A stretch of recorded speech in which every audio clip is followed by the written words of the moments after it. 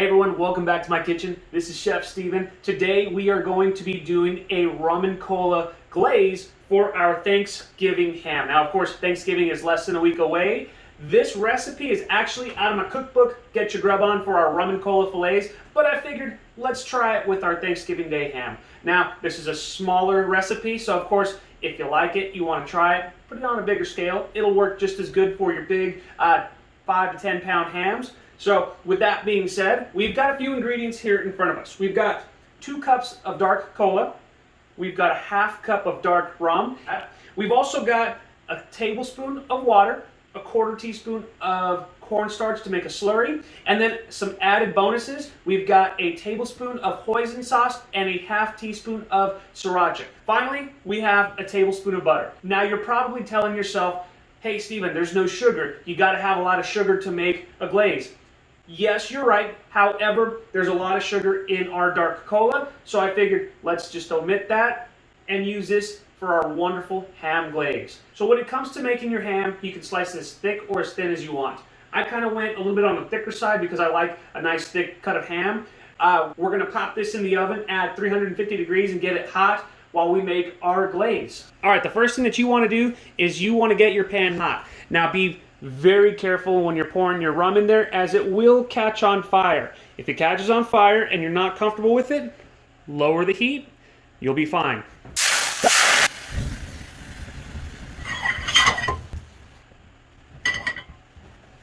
So there you have it. You're gonna catch your rum on fire. Don't be too scared. If you are, you can simply turn your burner off and let it turn off on its own. And we're gonna cook this all the way down to where it's almost completely evaporated. The reason for that is because you want your alcohol to cook off, but you want that little rum flavor without the rum burn. So if you see, you've pretty much cooked everything off. It's time to add our cola to our pan. We're also gonna add our sriracha and our hoisin sauce, so that way all those flavors can marry together.